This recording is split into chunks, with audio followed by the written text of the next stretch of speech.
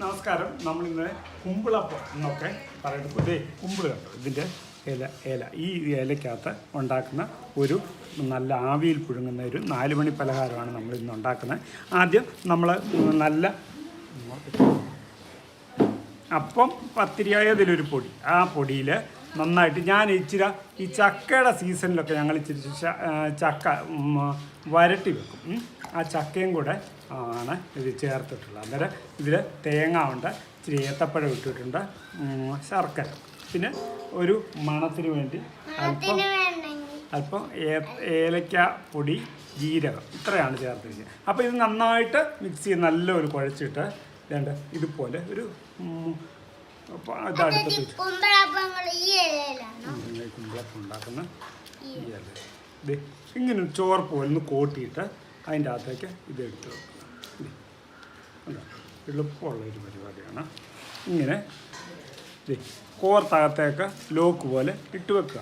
അത് കൈയോട് തന്നെ നമ്മൾ ആ ഇഡ്ഡലി പാത്രം അടുപ്പത്ത് വെച്ചിട്ടുണ്ട്. ഇതിനും പെട്ടെന്ന് ഉണ്ട് ഇഡ്ഡലി പാത്രം ഒന്നുകൂടെ. ചിലർ ഈർക്കിലിയൊക്കെ കുത്തുന്നതാണ്, അതിൻ്റെ ആവശ്യമില്ല. ഇങ്ങനെ നമ്മളൊരു ചോർപ്പ് പോലെ എടുത്ത് വെച്ച് ചോർപ്പ് പോലെ ഇങ്ങനെ കുത്തിയിട്ട് അതിൻ്റെ നല്ല നല്ല മയമാണ്, നല്ല സോഫ്റ്റായ സാധനമാണ്. ഇതിൻ്റെ ഈ ഇലയുടെ ഒരു പ്രത്യേക മണമുണ്ട്, ആ വാസനയും കൂടെ ഇതിൻ്റെ കൂട്ടത്തിൽ ഇറങ്ങുമ്പോൾ അന്നേരം നല്ലൊരു ടേസ്റ്റുള്ള സാധനം, എല്ലാവർക്കും ഇഷ്ടപ്പെടുന്നതാണ്. എണ്ണയുടെ ഒരു എണ്ണ എന്ന് പറഞ്ഞത് വഴിയെ പോലും പോകാത്ത ഒരു 4 മണി പലഹാരമാണ്. നിനക്ക് ഇഷ്ടമുണ്ടോ? ആ, അപ്പോൾ അത് നമ്മൾ ഉണ്ടാക്കി. അപ്പം ഞാൻ ആദ്യം പറയുന്നു, ഇതിൽ വറുത്ത മാവെന്ന് പറഞ്ഞാൽ നമുക്കിപ്പോൾ മേടിച്ച വറുത്ത പൊടി നമുക്ക് മേടിക്കാൻ കിട്ടും. ആ പൊടിക്കകത്തേക്ക് ചക്ക ഉണ്ടെങ്കിൽ ഏറ്റവും നല്ലത്, അഴുത്ത ചക്ക നമ്മൾ വരട്ടിയോ അല്ലെങ്കിൽ അതിങ്ങനെയോ അരിഞ്ഞോ നമുക്ക് ഈ മാവിൻ്റെ അകത്ത് ചേർക്കാം.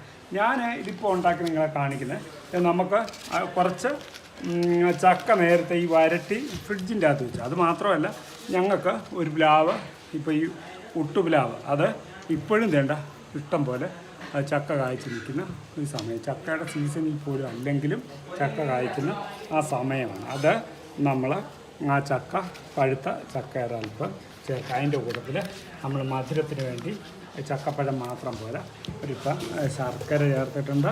അതിൻ്റെ കൂട്ടത്തിൽ ശർക്കര, പിന്നെ കുറച്ച് തേങ്ങ തിരുമ്മി ചേർത്ത്, തേങ്ങ കൊത്തായിട്ടിട്ടാലും നല്ലതാണ്, വറുത്ത കൊത്തായിട്ടിട്ടാലും നല്ലത്. ഇത് ഞാൻ തേങ്ങ തിരുമ്മി ഇതിൻ്റെ കൂട്ടത്തിൽ ചേർത്തിട്ടുണ്ട്. അതിൻ്റെ കൂട്ടത്തിൽ പിന്നെ അല്പം ഏലക്കാപ്പൊടി, ജീരകം മണത്തിന് വേണ്ടി നല്ല ഒരു ഇതുണ്ട്. ഒന്നാതെ ഇതിന് നല്ല മണമുണ്ട്. അപ്പോൾ ഇതൊക്കെ നമുക്ക് നമ്മുടെ കുഞ്ഞുങ്ങൾക്ക് അല്ലെങ്കിൽ നമ്മുടെ വീട്ടിൽ വരുന്ന വിരുന്നുകാർക്കൊക്കെ നമ്മളിത് ഉണ്ടാക്കി കൊടുക്കുകയാണെങ്കിൽ അവർക്കൊക്കെ വളരെ നല്ല നമ്മളെവിടെയും ചെല്ലുമ്പോഴാണ് ഒരു സാധനം നമുക്ക് കിട്ടിയാൽ നമ്മളത് വീട്ടിലാണ് നമ്മൾ പറയാറില്ലേ, നല്ലൊരു കാരണം ഇങ്ങനെ അടുത്ത് പോയി കഴിച്ചപ്പോഴാണ്. ഇപ്പോൾ പിന്നെ ആളുകൾ പൈസ മുടക്കി വില നോക്കാതെ പല സ്ഥലങ്ങളിൽ പോയി ഹോട്ടലുകളിലും ഒക്കെ ഈ ഫുഡൊക്കെ നല്ലത് കിട്ടുന്ന സ്ഥലത്ത് വില നോക്കാതെ പോയി മേടിച്ച് കഴിക്കുന്ന ഒരു ഇതുണ്ട്. ആളുകൾ പൈസ നോക്കാതെ കണ്ടോ. ഇപ്പം ഞാൻ ഒരു ഏകദേശം ഒരു 1/2 കിലോ അരിപ്പൊടിയുടെ ഇതുണ്ട്. അപ്പോൾ അന്നേരം തന്നെ നമുക്കൊരു 10-15 എണ്ണം കുമ്പിൾ കിട്ടിയിട്ടുണ്ട്. ഇത് നമ്മൾ അടുപ്പത്തിരുന്ന് സാവകാശം അത് വേകുന്നിടം വരെ നമുക്ക് നോക്കാം. ഏറ്റവും ടേസ്റ്റബിളാണ്. ഇത് ആർക്കും ഇത് ഉണ്ടാക്കാവുന്നതാണ്. വീടുകളിൽ നമുക്ക് 4 മണി പലഹാരമായിട്ടോ അല്ലെ ഇതുണ്ടാക്കി വെച്ച് തണുത്ത് കഴിഞ്ഞാണ് ഏറ്റവും നല്ലത്. ആരവിനൊക്കെ ഭയങ്കര ഇഷ്ടമാണ് ഇതിനെ. എന്നിട്ട് 2 ഇല കൂടെ വേണം ബാക്കി. എന്നിട്ട് ഇതിൻ്റെ ഒരു മണം നന്നായിട്ട് വരട്ടെ. അതിനു വേണ്ടി മിച്ചമുള്ള ഇല ഞാൻ ഇതിൻ്റെ അകത്ത് ചുമ്മാ ഈ പാത്രത്തിലേക്ക് ആവിക്ക് അതും കൊണ്ട് ആ നിലത്ത് പോകുക. അപ്പോൾ ചുമ്മാ ഞാനിതിന്ന് ഈ ഇല കൂടെ കീറി അതിൻ്റെ കൂട്ടത്തിൽ വെക്കുക. എന്നിട്ട് ഈ ഇല കൂടെ വെച്ച് അടയ്ക്കാം.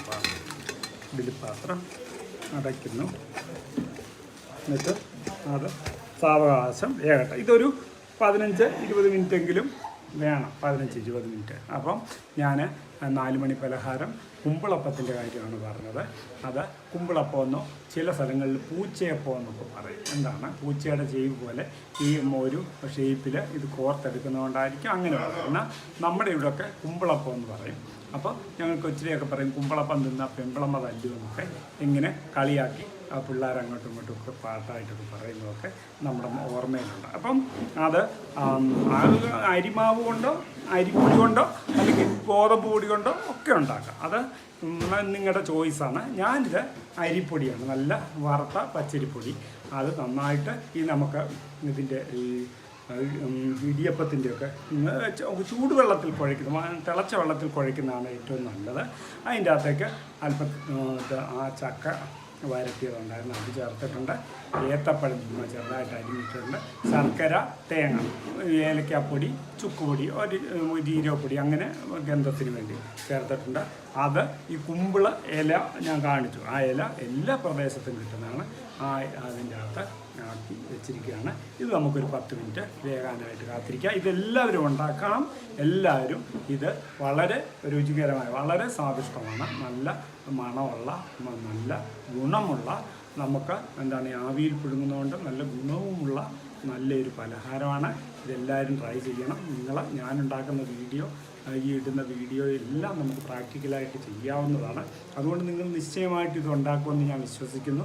എന്നിട്ട് നിങ്ങൾ അതുണ്ടാക്കി കഴിച്ചിട്ടുള്ള അനുഭവം, അതിൻ്റെ ടേസ്റ്റ് കമൻറ്റുകളായിട്ടണമെന്നും എൻ്റെ ചാനൽ നിങ്ങൾ ഷെയർ ചെയ്യുകയും സബ്സ്ക്രൈബ് ചെയ്യുകയും ബെല്ലൈക്കൺ അമർത്തി എല്ലാ നോട്ടിഫിക്കേഷനായിട്ട് വരുന്നതായിരിക്കും. അതുകൊണ്ട് മറ്റൊരു നല്ലൊരു വിഭവമായിട്ട് വീണ്ടും കാണുന്നവരെ നമസ്കാരം.